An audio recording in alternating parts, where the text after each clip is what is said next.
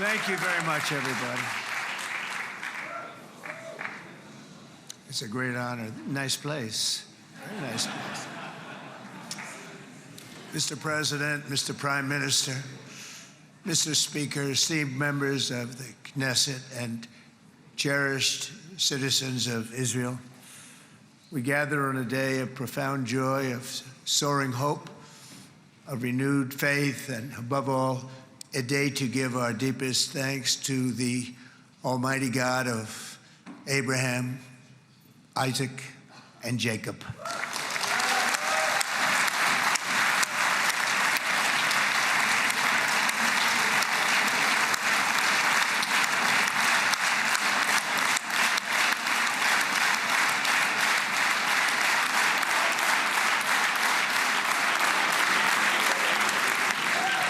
After 2 harrowing years in darkness and captivity, 20 courageous hostages are returning to the glorious embrace of their families, and it is glorious.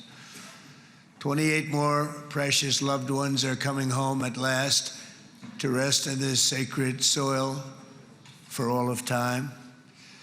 And after so many years of unceasing war and endless danger, today the skies are calm, the guns are silent, the sirens are still, and the sun rises on a holy land that is finally at peace, a land and a region that will live, God willing, in peace for all eternity.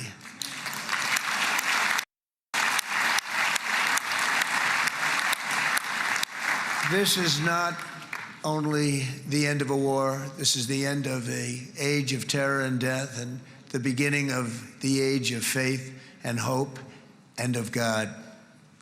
It's the start of a grand concord and lasting harmony for Israel and all the nations of what will soon be a truly magnificent region. I believe that so strongly. This is the historic dawn of a new Middle East. I want to express my gratitude to a man of exceptional courage and patriotism, whose partnership did so much to make this momentous day possible. You know who I'm talking about. There's only one, Prime Minister Benjamin Netanyahu. Bibi, please stand up.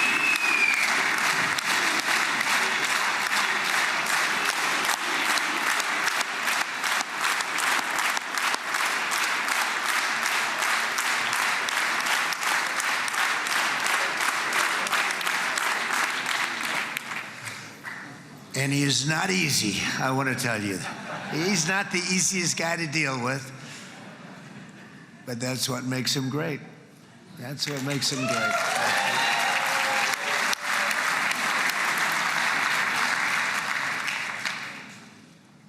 Thank you very much, baby. Great job.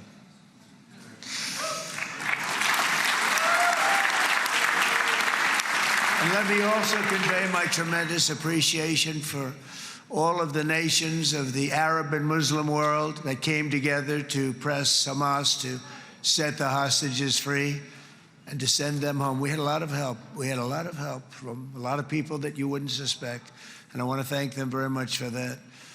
It's an incredible triumph for Israel and the world to have all of these nations working together as partners in peace. And it's pretty unusual for you to see that, but it happened in this case. This was a very unusual point in time, a brilliant point in time. Generations from now, this will be remembered as the moment that everything began to change, and change very much for the better. Like the USA right now, it will be the golden age of Israel and the golden age of the Middle East. It's going to work together. I'd like to thank several great American patriots for their invaluable help in getting something done that almost everyone thought was absolutely impossible. We were wasting our time. So many people said, you're just wasting your time. But we weren't, because we had talented people working with us, and we had people that loved your country, and frankly, people that loved the region. They loved the Middle East. I want to thank my friend Steve Witkoff.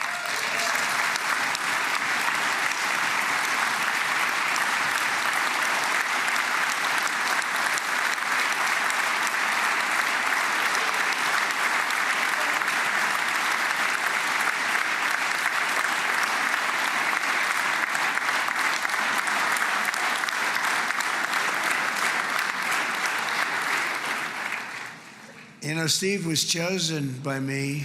He never did this before, but I knew him as a few things. He was a great businessman, but I know a lot of great businessmen, to be honest with you. He had tremendous negotiating skills, but I know a lot of people that negotiate pretty well, although it is an art. But there are people that can negotiate pretty well. But most importantly with Steve, he's just a great guy. Everybody loved him. Everybody.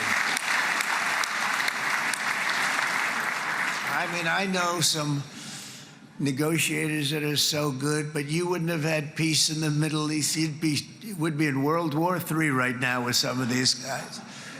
Everybody loves Steve, and they respect him, and they somehow can relate to him. I've known him for many years, and I've seen it over and over again.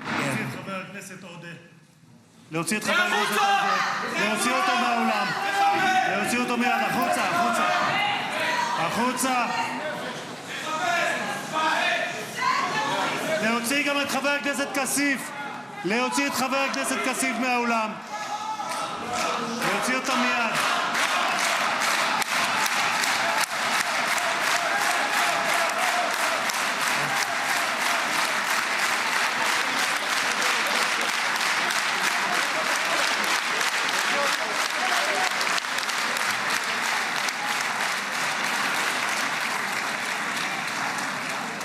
Sorry for that, Mr. President. Thank you. Please.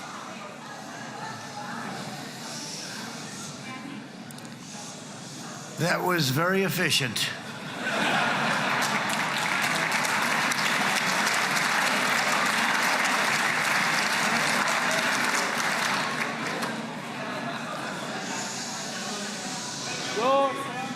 So back to Steve. He's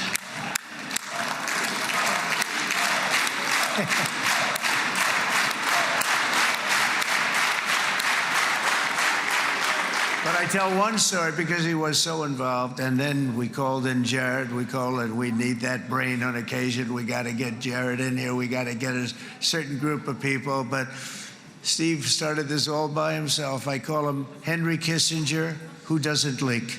Okay? Henry is a big leaker. He leaked.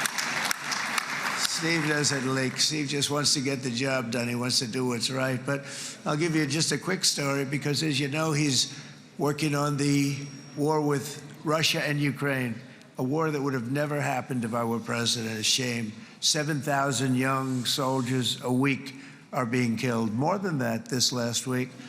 It's a shame that it never happened. But it did happen, and we won the race, and I took over this horrible war that's been raging, and I thought it would be easily settled. I thought it was a hell of a lot easier than doing what we just did very successfully with Israel and a lot of other people. But this came first, and we'll get that one. But I set up a meeting for him to meet with President Putin, thinking it would be a 15 or a 20-minute meeting. Steve had no idea about Russia, had no idea about Putin too much, didn't know too much about politics, wasn't that interested. He was really good at real estate, but he had that quality that I was looking for, and I didn't see it around in too many ways. And I set up the meeting with Putin, and I called. I said, is Steve finished yet? That was about a half an hour into the meeting. No, sir, he's not. He's still inside. This is in Moscow. I said, well, how's he doing? I don't know, sir. He's still inside. I called up an hour later. Let me speak to Steve. Sir, he's still with Putin. He's with President Putin. I said, wow, it's a long meeting, 1 hour. I called up an hour later, he was still with Putin. 3 hours later, he was still with Putin. 4 hours later, he started to get the word that he was going to be coming out soon.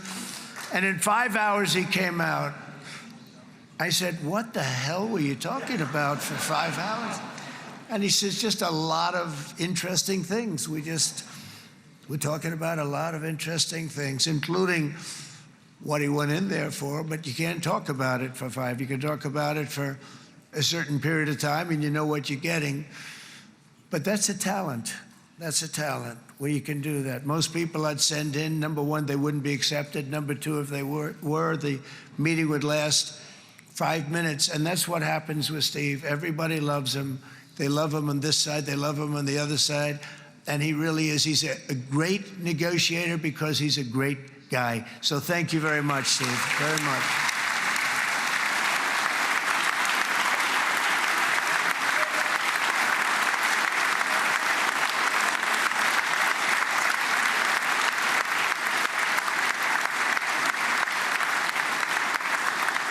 And let me also give a very special thanks to someone who truly loves Israel. In fact, loves it so much that my daughter converted. My daughter converted. I didn't know this was going to happen.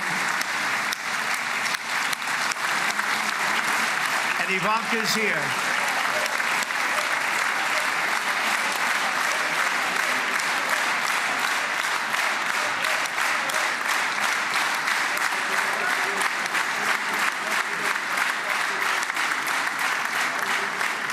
And Bibi, you do know this was not in the cards for me. You understand that. And she is so happy, and they are so happy. At least I think they're happy. If they're not, we have a big story, right? No, they have a great marriage, and they get along great. They're best friends. They have a very special relationship. But Jared has been so helpful. He really did something very special.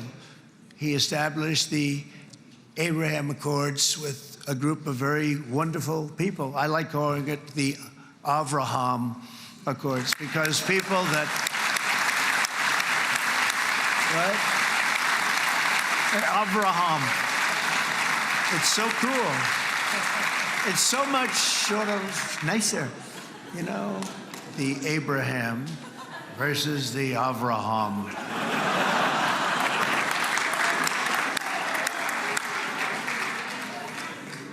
I just don't want to sound too sanctimonious when I do it, so, you know, I sort of split it up.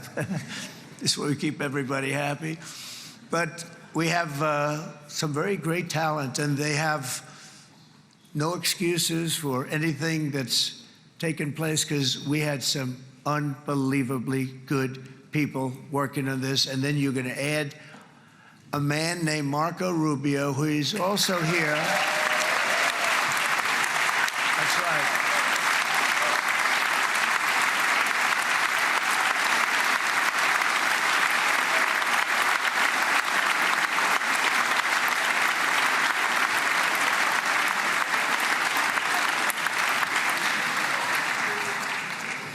And I have a prediction that Marco will go down, I mean this, as the greatest Secretary of State in the history of the United States. I believe that. I believe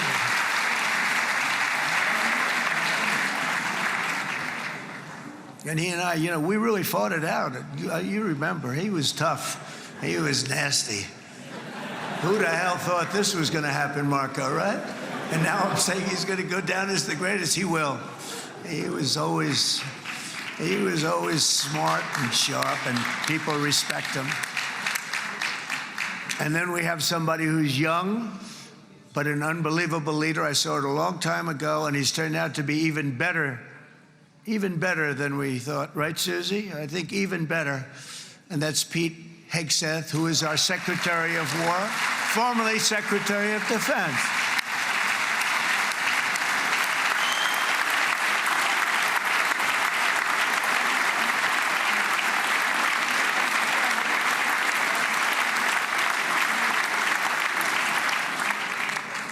And as you know, we decisively won World War I. We decisively won World War II decisively. And everything in between and everything before it, we won everything. And then they had the brilliant idea of changing the name from war, you know, it was war, to defense. And with that went a certain thinking. And we fought in a very politically correct way after that. We always had the strongest military, and now we have a stronger military than we've ever had before. Because of my first term, I've totally rebuilt the military, every aspect of it. But we have, if you think, we settled 8 wars in 8 months.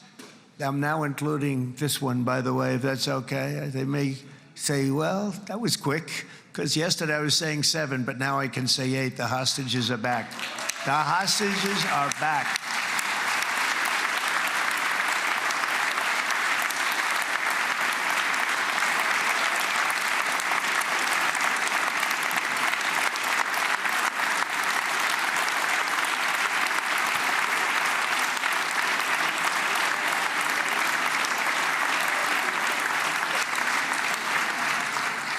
It is a good feeling. Isn't that nice to say? You know, I just said the hostage. First time I said the hostages are back. It feels so good to say it. But when you settle 8 wars in 8 months, that means you don't like war. Everyone thought I was going to be brutal. In fact, I remember Hillary Clinton during a debate, she said, look at him, he's going to go into war with everybody. And actually, she said, he's got a personality that's all about war. No, and my personality actually is all about stopping wars, and it seems to work. It seems to work. But it also means this name change in our attitude that we're not going to go into a war, but if we do, we're going to win that war like nobody has ever won a war before. We will not be politically correct, but we're not going to be there. And I think, you know, as you mentioned, Bibi, before, peace through strength, and that's what it's all about. The United States has the greatest and most powerful military in the, right now, history of the world. I can tell you we have weapons that nobody's ever dreamt of. I only hope we never have to use them. I rebuilt the military. I was proud to do it, but some of the things I hated to do. I hated certain of the weapons because the level of power is so enormous. It's so dangerous, so bad. But we have to do what we have to do. We make the best weapons in the world, and we've got a lot of them. And we've given a lot to Israel, frankly. And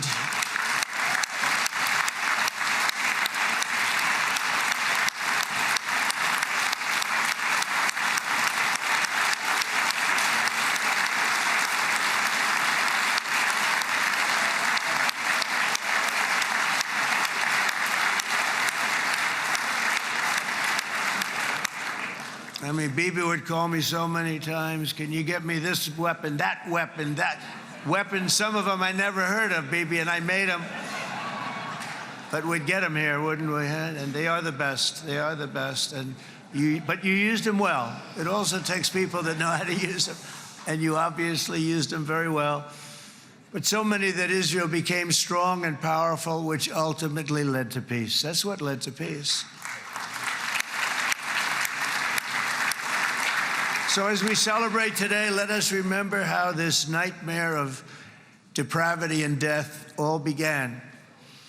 2 years ago, on the eve of the Simchat Torah holiday, thousands of innocent Israeli civilians were attacked by terrorists, and one of the most evil and heinous desecrations of innocent life the world has ever seen, the worst slaughter of Jews since the Holocaust.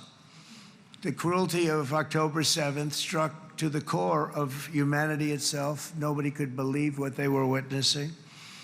The United States of America grieved alongside you, and we mourned for our own citizens who were so viciously taken that day.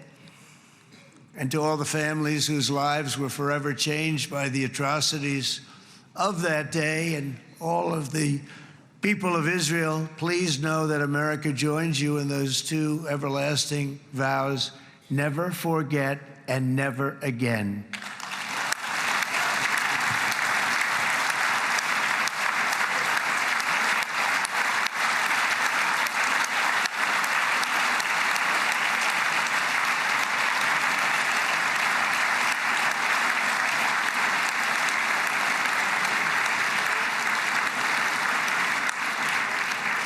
From October 7th until this week, Israel has been a nation at war, enduring burdens that only a proud and faithful people could withstand. It was a very tough period of time. For so many families across this land, it has been years since you've known a single day of true peace. but now at last, not only for Israelis, but also for Palestinians and for many others, the long and painful nightmare is finally over. And as the dust settles, the smoke fades, the debris is removed, and the ashes cleaned from the air, the day that breaks on a region transformed, and a beautiful and much brighter future appears suddenly within your reach. This is now a very exciting time for Israel and for the entire Middle East, because all across the Middle East, the forces of chaos, terror, and ruin that have plagued the region for decades now stand weakened, isolated, and totally defeated. A new coalition of proud and responsible nations is emerging, and because of us, the enemies of all civilization are in retreat. Thanks to the bravery and incredible skill of the Israeli Defense Forces and Operation Rising Lion,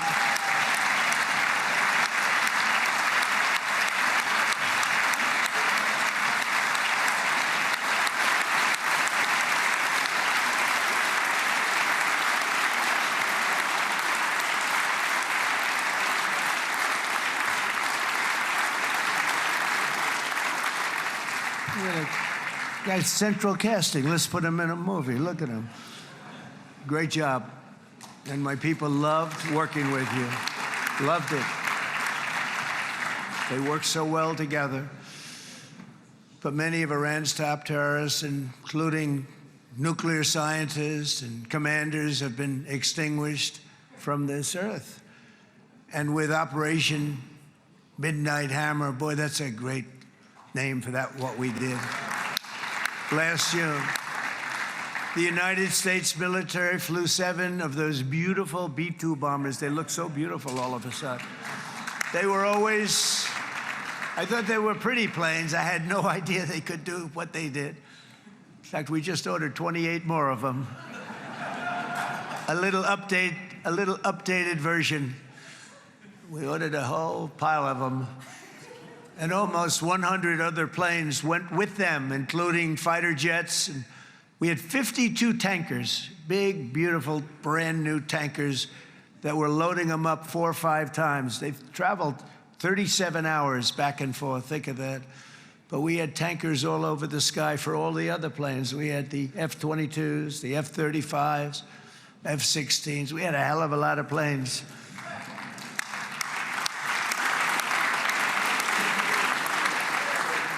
So we had 52 gas stations in the sky. That's what they call them. I'll tell you, I wouldn't want to be flying one of them. We have our great General Raisin Cain right here. General, stand up. This guy, what a general.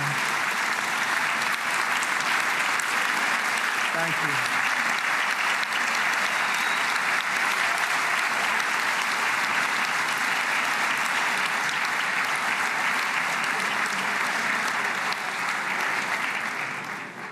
I asked General Cain, I said, you know, we're having problems with ISIS, and I was in Washington, and I asked, how long would it take to defeat ISIS? And my Washington generals told me, 3, 4, maybe 5 years, sir. I said, I don't get it. We got the best equipment in the world. Why? So I flew to Iraq, and I met with a man named Cain. He said, what's your first name? He said, they call me Raisin, sir. I said, wait a minute, your name is Raisin Cain? I've been looking for you for a long time. You gotta be kidding. So they told me 3, 4, 5 years to defeat ISIS. And I sit down with him and I say, why is it? I flew there in the dark of night. I landed, I'll never forget it. It was quite a trip. I'm glad I made it because I met him. I said, could I ask you, General? I come down. He's standing with another general and a sergeant. Everybody was like central casting. They could go into a movie right now. Between him and you guys over here, we could get rich making movies, okay? And they got along so great. That's the beautiful thing, that your military and our military, BB, got along so great. But I was told by the television generals in Washington, we have the best equipment in the world. Why is it taking so long? And they said, 4 years. I said, so let me ask you, Raisin, how long would it take you to defeat ISIS? Sir, we can do it in 3 weeks, but you'll probably have some time left over. I said, you gotta be kidding. What the hell are you talking about? They said 4 years. I said, well, sir, look, it's not my place to say, but you're asking me the question. What you have to do is you hit them from the west, you hit them from the north, you hit them from the south, you hit them above, you hit them below. I said, so why didn't they do it? And he didn't want to speak badly of his superiors, which is hard to believe they were his superiors. Should have been the other way around a long time ago, because he's the one that did Operation Hammer. It was flawless. It was flawless. It was absolutely flawless.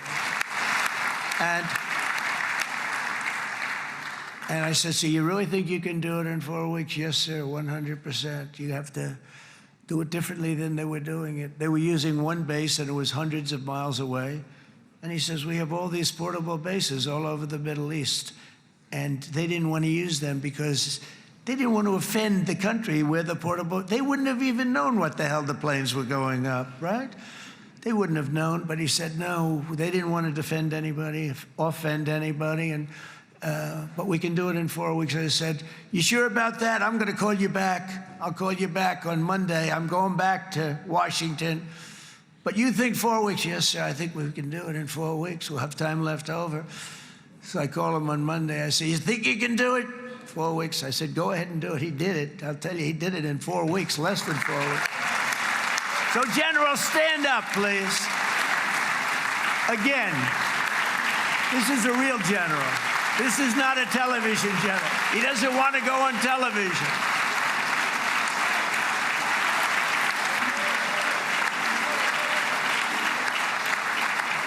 He doesn't want to go on television. I said the other guys love being on television. So we dropped 14 bombs on Iran's key nuclear facilities, totally, as I said originally, obliterating them. And that's been confirmed, and everybody understands it. Together we stopped the #1 state sponsor of terror from obtaining the world's most dangerous weapons. And if you think about it, if we didn't do that, and assuming we made the same deal that we have today, there'd be a dark cloud over this deal. And #1, it wouldn't happen because the other Arab and Muslim nations really wouldn't feel comfortable making the deal that we have now, right? If Iran had that nuclear weapon that they were about 2 months away from having. They would have had it in 2 months or maybe less than that. They were right at, this was our last shot. They looked at it for 22 years. This was our last shot. The pilots told me that. They said, 22 years, sir, they looked at it. Our predecessors looked, they studied it. 3 times a year would do drills on that exact attack. And boy, did they get it right. But let's assume they didn't, and let's assume there was large-scale nuclear weapons in the hands of Iran. We couldn't be here today. Even if we signed the deal, which we couldn't do because a lot of people would not want to have anything to do with it, we took a big cloud off of the Middle East and off of Israel.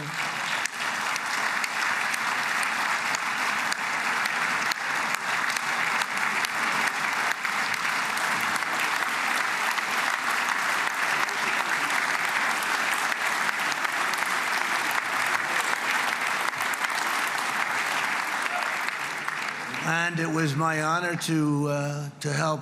But it isn't it true, though, that can you imagine the same, let's assume, Bibi, the same documents, we had everything the same, but you had somebody out there that was, in the opinion of everybody, all-powerful in the Middle East. They took a big hit, didn't they? Didn't they take a big hit? Boy, oh boy.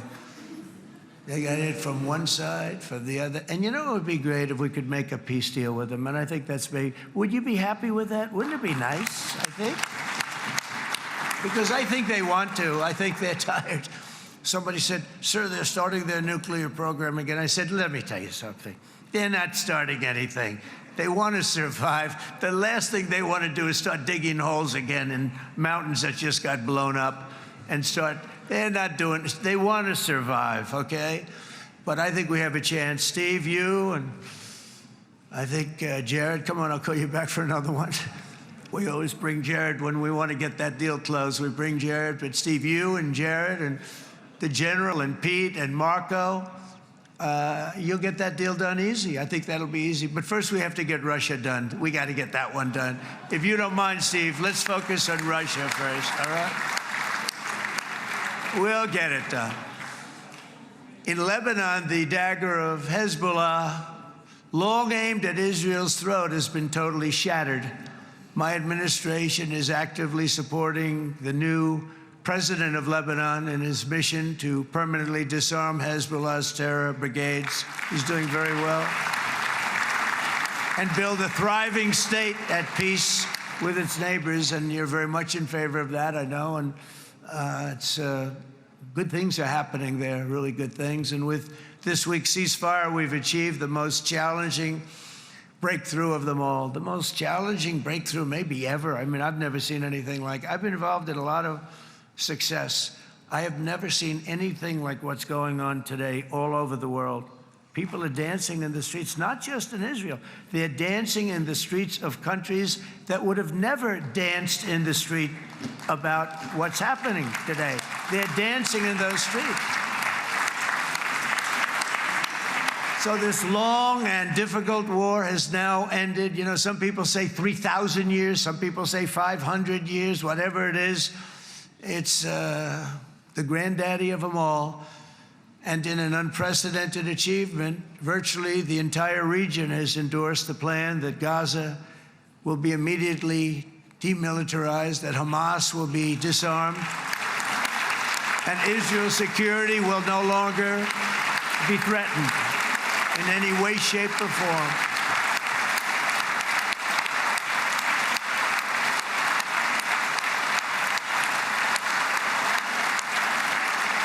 So Israel, with our help, has won all that they can by force of arms. You've won. I mean, you've won. Now it's time to translate these victories against terrorists on the battlefield into the ultimate prize of peace and prosperity for the entire Middle East. It's about time you were able to enjoy the fruits of your labor. Mr. Opposition Leader. I said he's a very nice opposition leader. I think... No, he's a nice man. Bibi, he's a nice man.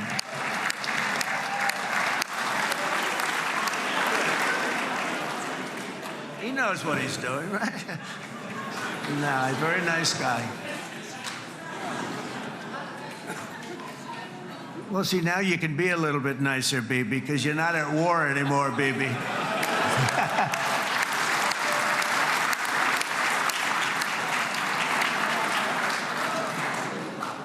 But only by embracing the opportunities of this moment can we achieve our goal of ensuring that the horrors of recent years will never happen again. You don't want to have to go through this again. 8 years ago, I came to this region on a very special first trip abroad as the President of the United States. I came here very early at your request. I addressed the leaders of the Arab and Muslim world gathered in Saudi Arabia and said that it was time to build a future free of the grip of extremism and terror. And interestingly, right now, as soon as I'm finished, I'm quite late. You've kept me quite late between opposition leaders and Bibi's brilliant but very long speech. I thought I was going to run up here, make a speech, and then head to Egypt. It didn't work out, though. And you made a pretty long one, too, Sarah.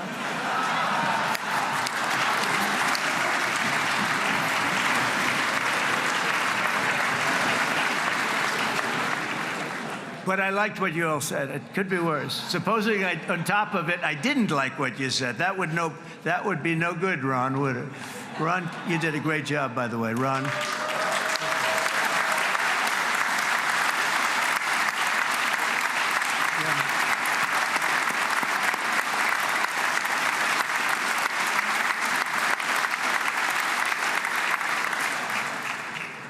So I'm going to be meeting, actually, in a little while, I'm going to be meeting with the most powerful, the richest nations, really, in the world, although now, with the tariffs, the United States is by far the richest nation in the world, as you probably have been reading. But the richest nations, most powerful nations tremendous, headed by some tremendous people in many cases. Some cases I wouldn't say necessarily I would endorse, but I will tell you some incredible people that really helped us make this all possible. So I'll be going there. I'll be quite late. They might not be there by the time I get there, but we're going to give it a shot. But the journey we started back then led to the crushing defeat of the ISIS caliphate, to the monumental Abraham Accords, and ultimately to the historic ceasefire this week, in which many of those same nations really played a very pivotal role, I have to tell you. Steve will tell you that. Jared will tell you that. Together, we've shown that peace is not just a hope that we can dream about. It's a reality we can build upon day by day, person by person, and nation by nation. And because of that, the Middle East is finally ready to embrace its extraordinary potential. You have extraordinary potential in this region. It should now be clear to everyone throughout the region that decades of fomenting terrorism and extremism, jihadism and anti-Semitism have not worked. They haven't worked. They've been a disaster. They've just killed. They've killed. They've backfired completely and totally. They've just totally backfired. Everything that you thought, take it worst case, it's turned out to be worse than that. They have not worked. From Gaza to Iran, those bitter hatreds have delivered nothing but misery, suffering, failure, and death. They've served not to weaken Israel, but to annihilate the very forces that did the most to foment this hatred. And it's really, everybody that's tried it has become irrelevant. Meanwhile, we've seen those nations that set aside their differences, reached across ancient divides, and pursued engagement are now among the most successful in the region. They're getting along with Israel, and they're doing great. And I can tell you the 4 nations that joined the Abraham Accords early on, and you'd all be doing me a favor, and I'm going to be saying this in a little while to some other friends, would love you all to, is this right, Jared? Join up in the Abraham Accords. We have to join up and get together. You can have that whole thing filled out. We had a very weak administration, worst president in the history of our country by far. And Barack Obama was not far behind, by the way.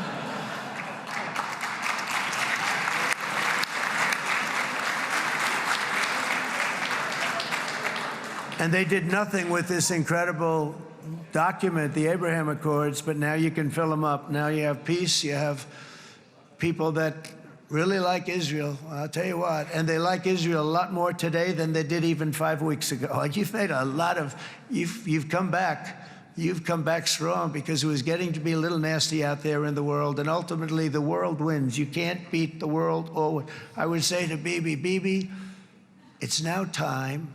And he understood it better than anybody, because ultimately, the world's a very big place. And I've said a lot. I said, this piece of land is very small. It's unbelievable what you've done with that tiny, you look at a map even of just not the world, the Middle East, and you have this little dot. And think of what you've done. It's incredible. It's incredible.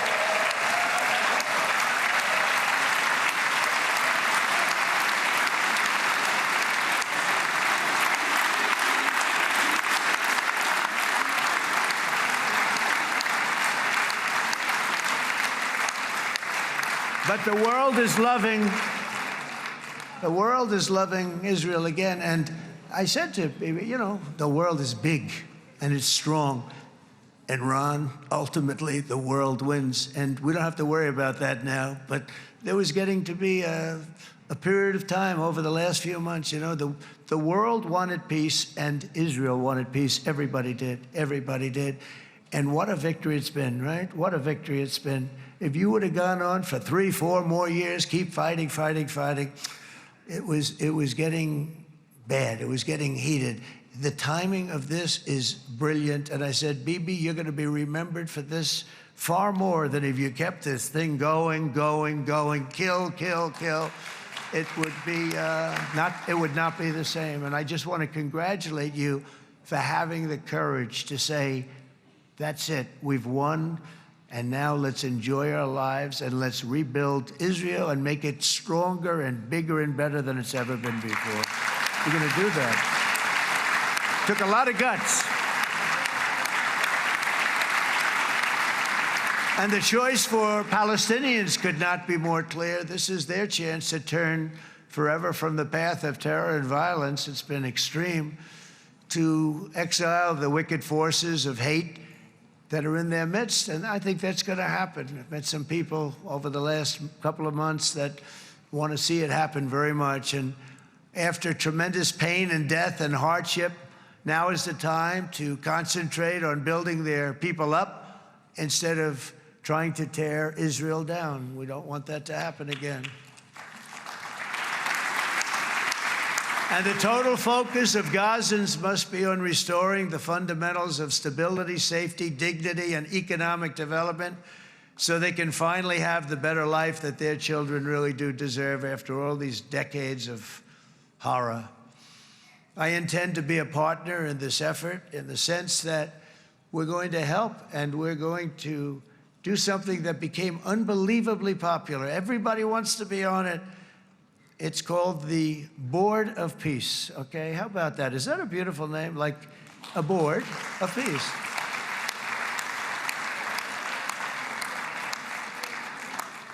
The only bad thing from my standpoint, every single nation involved has asked me to be the chair, and I'll tell you, I'm very busy. I didn't count on that, but you know what? If we do it, we'll do it right. And we have unbelievable power and wealth, because you're going to need wealth. You're going to need wealth to rebuild things, and they have wealth like few people have wealth. I want to thank the Arab and Muslim nations for their commitment that they've made to support a safe rebuilding of Gaza and beyond. I have many Arab countries, very wealthy countries, that came up and said, we'll put up tremendous amounts of money to get rebuild Gaza, and I think that's going to happen. The power, they want dignity, they want to come forward, and they want to say, and I want to say who they are, because what they're doing is going to be, I think, something that you're going to be very impressed with, Bibi, and you need that. You need the kind of economic power that they have, and they want to see it work, and they want to see it be safe, and they want to see it be good for Israel, too.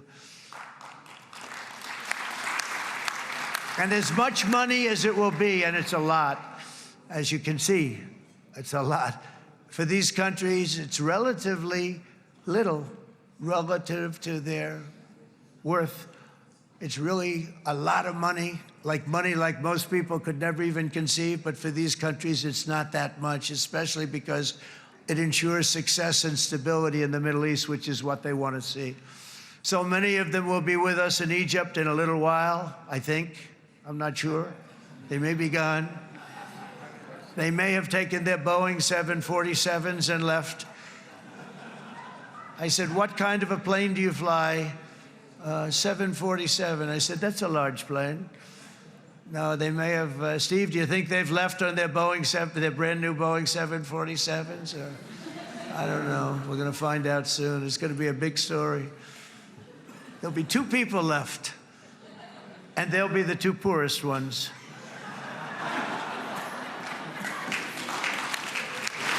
But it will be the wealthiest and most powerful group of nations. So the group that we have assembled, that's waiting for us, is the wealthiest and most powerful group ever assembled at one time. There has never been a group like this. And they're only looking for good. They want good. They're going to do good. And as those commitments are made, I'm going to let the world know who's doing it, because they really deserve to get the credit. And some of them probably won't want the credit, but they deserve it. It's more obvious than ever that the productive and responsible nations of this region should not be enemies or adversaries. You should be partners and eventually even friends, and that's what's going to happen. I know it. Together you can stand against the forces of chaos. Yeah, you go ahead. That's an important point.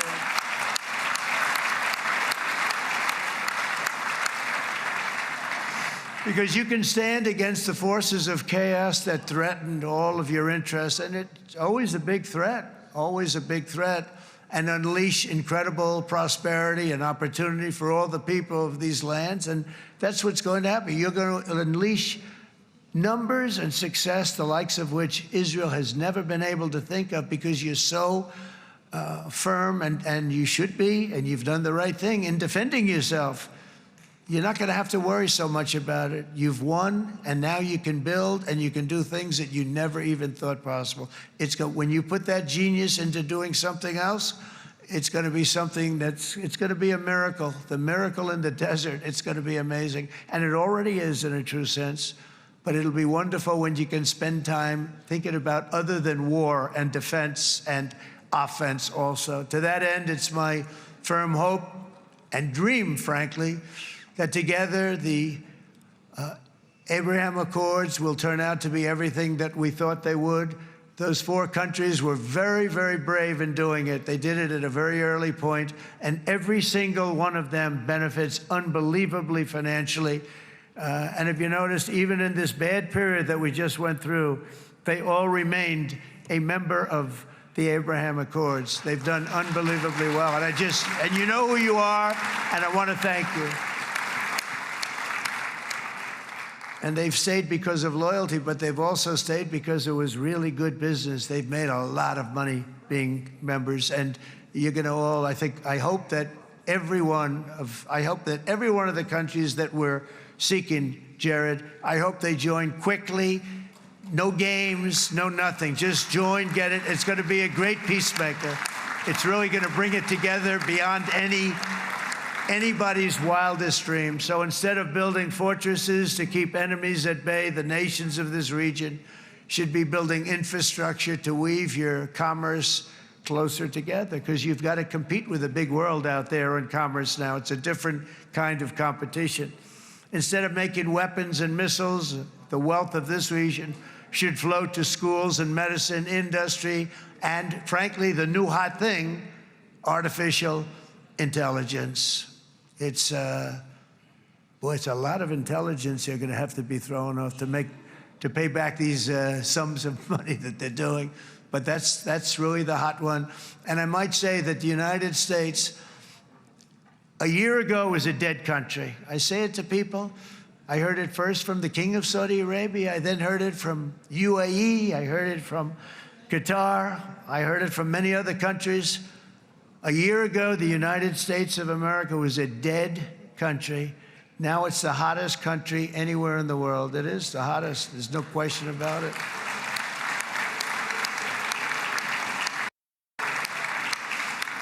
In fact, if you go back a year ago, before the election, although once we had November 5th, we became hot because people got it. I would say November 5th was a time that we became really hot. But once you go back a couple of years, if I were in charge and the country was doing what they were, nobody was going to ask me to speak. Nobody asked Joe Biden to come up and speak, I guarantee you that. And if they did, he would have turned them down, I promise you. He didn't speak. He didn't speak, and he didn't speak well. But all of the countries in the Middle East, it could have, what we're doing now, it could have happened a long time ago, but it was strangled and set back almost irretrievably by the administrations of Barack Obama and then Joe Biden. There was a hatred toward Israel. There was an absolute hatred. The setbacks really started when President Obama signed the Iran nuclear deal. This was a disaster for Israel, and it was a disaster for everyone. And I remember that Bibi Netanyahu came to the United States and worked so hard to try and get Obama not to do that deal.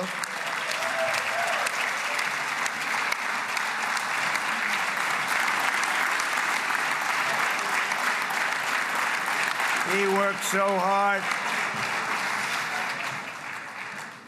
But it was like talking to a wall. I remember him telling me it was like talking to a wall. They wanted to go with Iran. They chose Iran, frankly, over a lot of other good nations, but specifically Israel. And that was the beginning of a very bad period of time. You had Obama go out, and the Iran nuclear deal turned out to be a disaster. And by the way, I terminated the Iran nuclear deal, and I was very proud to do it.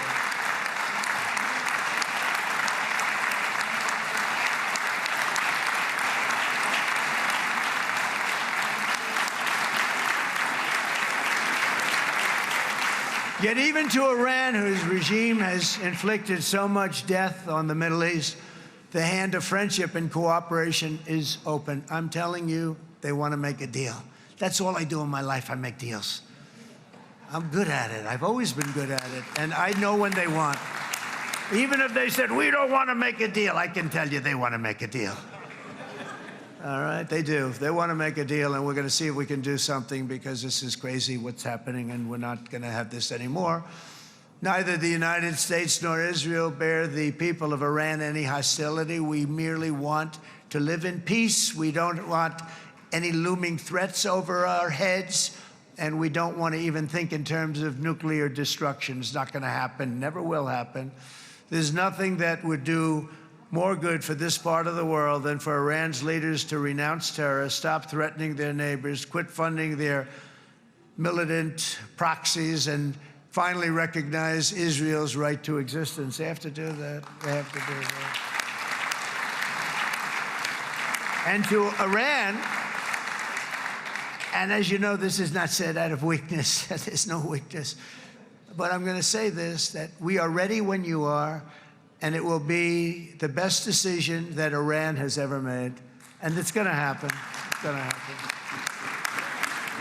And they're good people. I know a lot of Iranians in the United States. They're good people, smart, hardworking people. They don't want to see what's happened to their country. The story of fierce Israeli resolve and triumph since October 7th should be proof to the entire world that those who seek to destroy this nation are doomed to bitter failure. The state of Israel is strong, and it will live and thrive forever.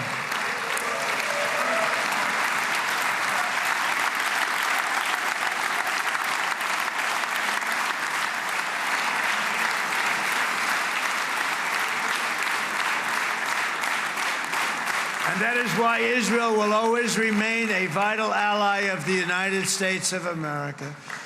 Israelis share our values, field one of the world's most powerful militaries. You really do. You have an amazing, what a job you've done. And have one of the most innovative economies on earth. Those are just a few of the reasons why I'm proud to be the best friend that Israel has ever had. And they all say it in the White House. They all say it. I guess it's true because everybody says it, baby. You said it today. Thank you. But as president, I terminated the disastrous Iran nuclear deal, and ultimately I terminated Iran's nuclear program with things called B-2 bombers. It was swift, and it was accurate, and it was a military beauty. I authorized the spending of billions of dollars, which went to Israel's defense, as you know. And after years of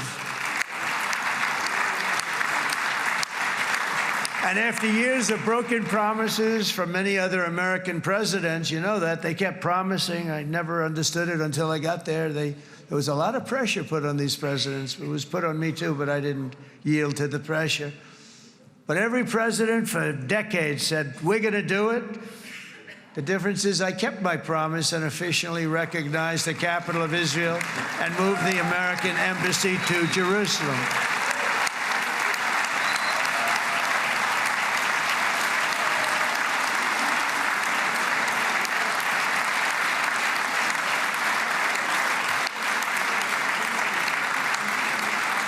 Isn't that right, Miriam? Look at Miriam. She's back there. Stand up, Miriam. Stand up.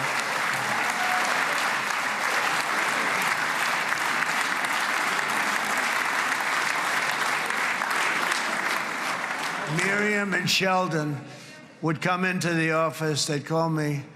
He'd call me. I think they had more trips to the White House than anybody else I can think of. Look at her sitting there so innocently. She's got $60 billion in the bank, $60 billion. And I think she's saying no more. And she loves Israel, but she loves it, and they would come in, and her husband was a very aggressive man, but I loved him. He was a very aggressive, very supportive of me. And he'd call up, can I come over and see you? I say, Sheldon, I'm the president of the United States. It doesn't work that way. He'd come in, we would do. But they were very responsible for so much, including getting me thinking about Golan Heights, which is probably one of the greatest things to ever happen to Israel.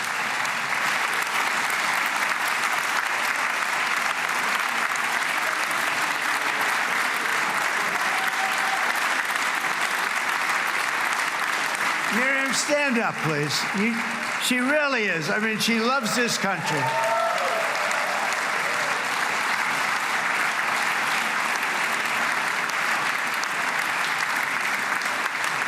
She loves this country. Her and her husband are so incredible. We miss him so dearly. But I actually asked her, I'm going to get her in trouble with this, but I actually asked her once, I said, so Miriam, I know you love Israel. What do you love more, the United States or Israel? She refused to answer. That might mean Israel, I must say. We love you. Thank you, darling, for being here. That's a great honor. Great honor. She's a wonderful woman. She is a great woman. I've always stood for the people of this community, and I always will. I'll always be with you. I'm always going to be with you. I guess maybe something could happen to change my mind. Somebody that's really stupid gets into office and wants to do really bad things, but that's about it. And we don't think we're going to have that happen. I hope we're not going to have that happen. And this man is a good man right here. These two men are good men right here.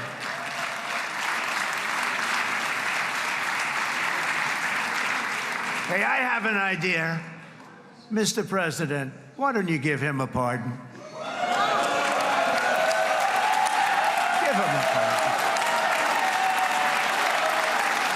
Come on.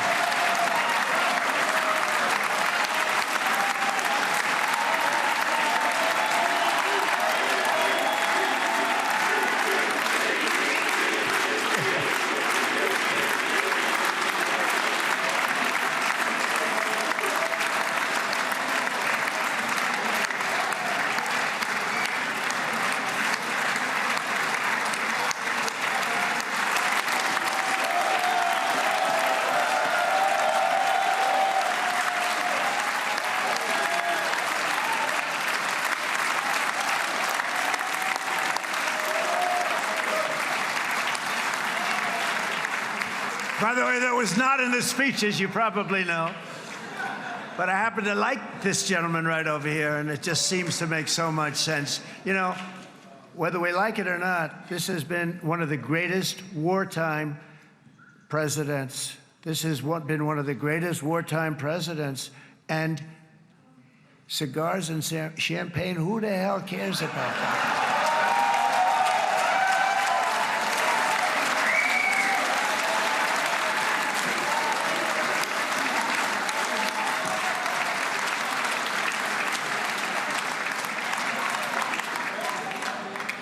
All right, enough controversy for the day, right? Actually, I don't think it's very controversial. So, you know, I mean, I see so popular. You are a very popular man. You know why? Because you know how to win.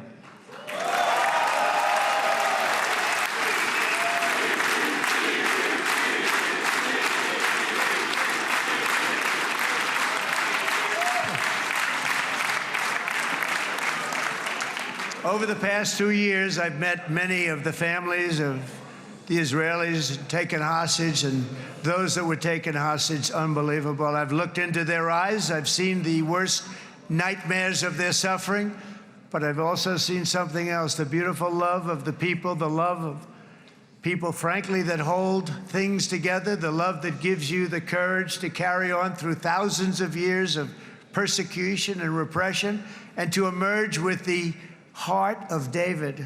It's the heart of David. It's that love that's defeated the enemies of civilization, built this incredible country and this unbelievable economy, and forged one of the great democracies of the world. That is why it's a true honor to stand here today and address this assembly in your ancient and eternal now capital, Jerusalem. I'm proud to have helped in that regard. This city and this nation stand as living proof that a much brighter future for this entire region is truly within our grasp. For thousands of years, Jerusalem has been a home to Christians, Jews, Muslims, and people of all ethnicities and creeds. This is the holy center of the world's three great Abrahamic faiths. I like that too. Adorned, it's the first time I've seen that word in a while. Adorned with their sacred sites and alive with their pilgrims and visitors from every corner of the globe. But here between the Western Wall, the Temple Mount, and the hill called Calvary, people of every faith and background live, work, pray, serve, and raise their families side by side, and they do it with love. This example is just one of the modern miracles that Israel has given to the world. And just in closing, the leaders in this chamber know better than anyone else the challenges of this harmony, and it's been easily won. No, it hasn't. It has not been.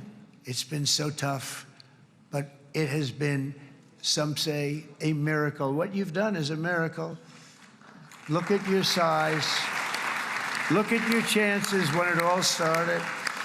And you know, if you think about it, you are safer today, stronger today, and more respected today than at any time in the history of Israel. Think of it. People used to say it wouldn't exist. They don't say that anymore, do they?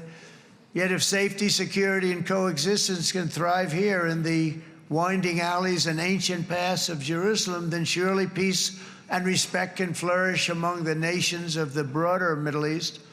The God who once dwelled among his people in this city still calls us, in the words of Scripture, the turn from evil and do good, to seek peace and pursue it.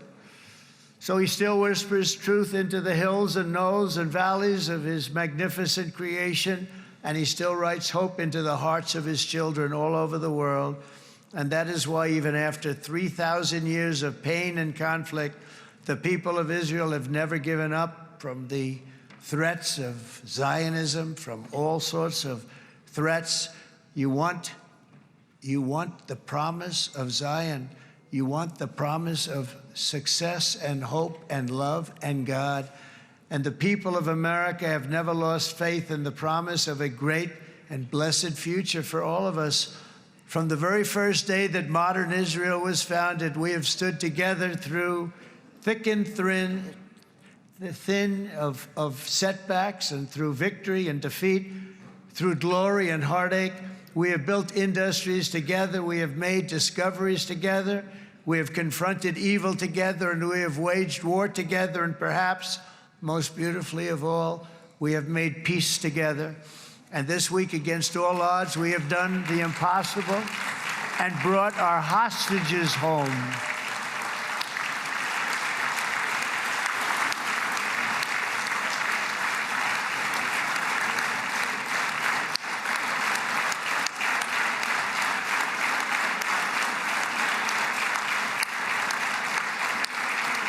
So now we're going to forge a future that is worthy of our heritage. We're going to build a legacy that all the people of this region can be proud of.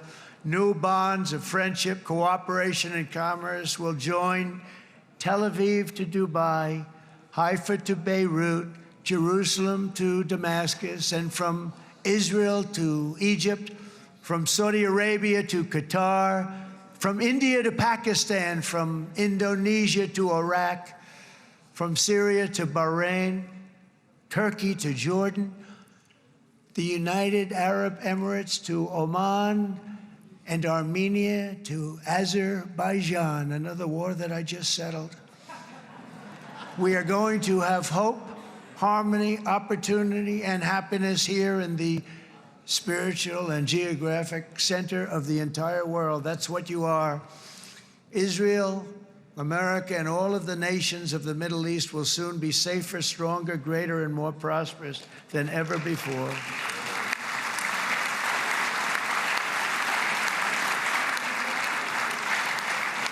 And I want to thank you all once again for this exceptional honor. This has been truly an honor. It's seldom that a president is invited to do this. And I love Israel. I'm with you all the way. You will be bigger, better, stronger, and more loving than ever before. Thank you very much. God bless you. God bless the United States of America, and God bless the Middle East. Thank you, everybody. Good luck. Thank you very much. Thank you.